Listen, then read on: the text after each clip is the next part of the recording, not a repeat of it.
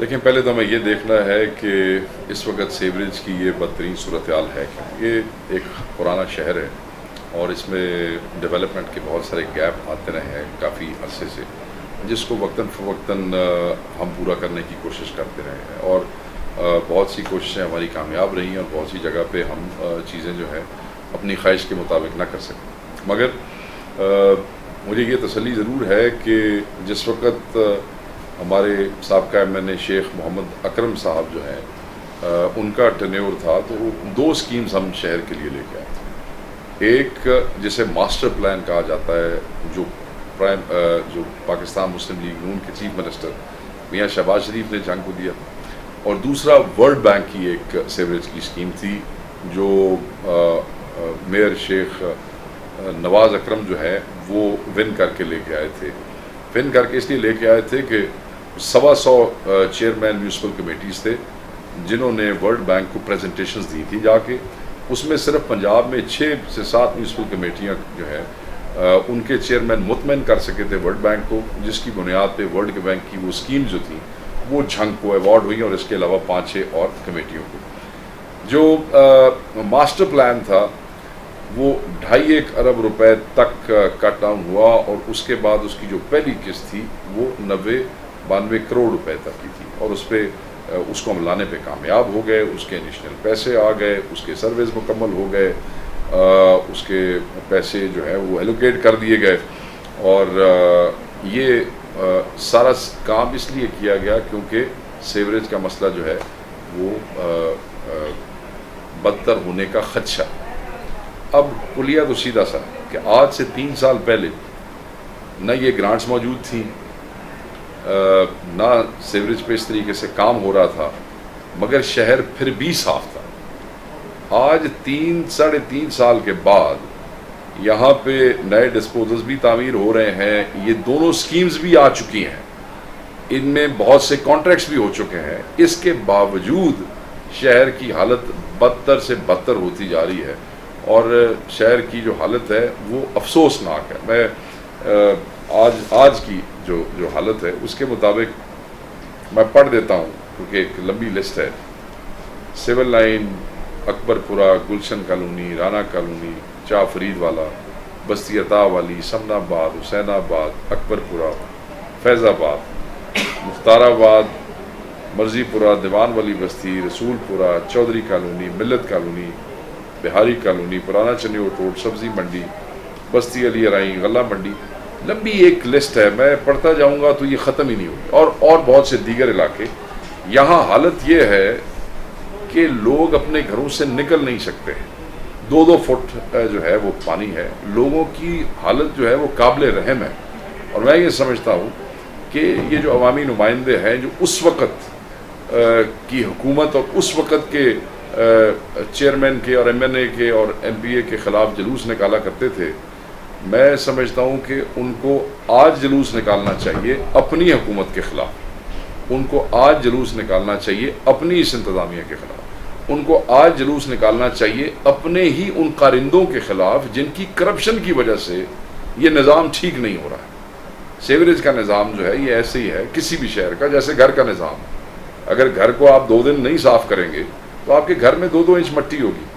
اگر آپ شہر کو روز صاف نہیں کریں گے اور انشور نہیں کریں گے کہ ہر محلے میں ہر جگہ پہ محدود وسائل کے باوجود کوئی نہ کوئی پہنچتا ہے، تو یہ شہر جو ہے اسی طریقے سے کچرے کا انبار بن جائے گا جیسے پچھلے 3 سال سے یہ بدتر سے بدترین صورتحال کی طرف چل نکلا.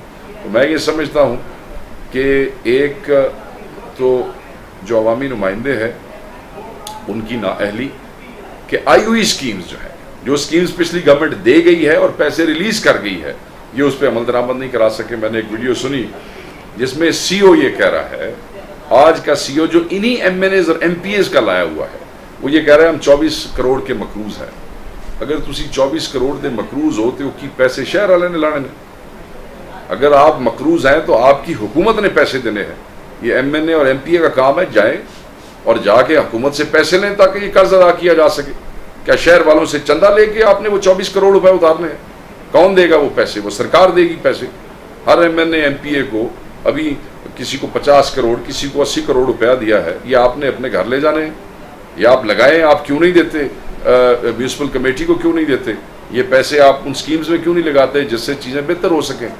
دوسری طرف سی او نے ایک اور بڑا انکشاف کیا، میں نے اس ویڈیو میں دیکھا، اس نے کہا کہ پاک پتن کے کسی ٹھیکیدار کو یہی M N As M P As انہوں نے ٹھیکہ دلوایا اور وہ پچھلے 2 سال سے ڈسپوزلز کا اور گاڑیوں کا ٹھیکہ لے کے دوڑ گیا اور وہ واپس ہی نہیں آیا، ٹھیکہ ان کو کینسل کرنا پڑا۔ 2 سال ضائع کر دیے، کون جواب دے گا؟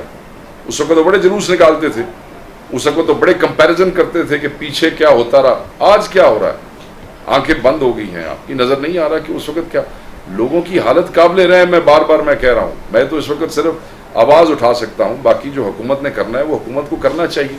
ایسے کرپٹ لوگ موجود ہیں، بارش ہو رہی ہے، گند ہے شہر میں، اور جنریٹر نہیں چلاتے ڈسپوزلز کے کیونکہ ڈیزل بیچ کے کھا جاتے ہیں۔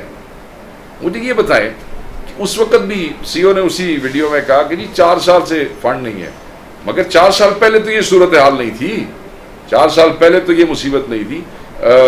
پرانے چنیوٹ روڈ پہ چلے جائیں آپ، رائٹ سائڈ پہ یوسف والے بھٹے پہ دیکھیں، پچھلے 2 سال سے 3 ساڑھے 3 فٹ پانی کھڑا ہے وہاں پہ، 2 سال سے کھڑا ہے کیونکہ ڈسپوزل تھا، بند ہو گیا، کسی نے چلایا نہیں۔ یہ انتظار کر رہے ہیں کہ کوئی لاہور سے آئے گا یا شاید کوئی چیچا وطنی یا کوئی لندن سے آئے گا ان کے ڈسپوزل آن کرنے کے لیے۔ پیسوں کا اس وقت تو بندوبست ہو جاتا تھا، فنڈ تو اس وقت بھی نہیں تھا، اب پیسوں کا بندوبست کیوں نہیں ہو رہا؟ کتنے وہ سارے علامے جو اس وقت بیٹھ کے کمپیریزن دیا کرتے تھے اور جو کارکردگی دیکھتے تھے، آج منہ بند ہو گئے ہیں۔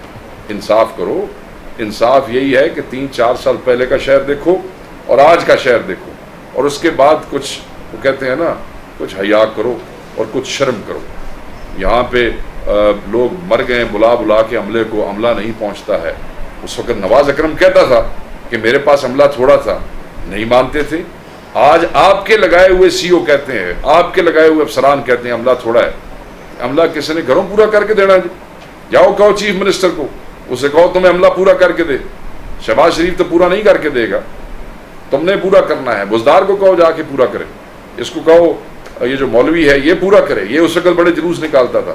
یہ جو غلام بی بی ستیانے سے جنگ شہر میں الیکشن لڑنے آئی، اس کو کہیں وہ پورا کرے، پھرے نہ اسی طریقے سے۔ یہ مجھے یاد ہے، یہ ایک مولوی یہاں پہ لمبے لمبے بوٹ پہن کے پھرتا ہوتا تھا، شہباز شریف کی نقل کرتا تھا گلیوں کے اندر کہ جی بارش میں پانی بڑا ہے، کتنے چلے گئے نے بوٹ، نکلو باہر ہوں۔ میں نے تو ان لوگوں کے اپنے ڈیروں اور گھروں کی ویڈیوز دیکھی ہیں، یہ تو وہاں سے اس کے قابل نہیں ہے کہ وہاں سے کرا سکے۔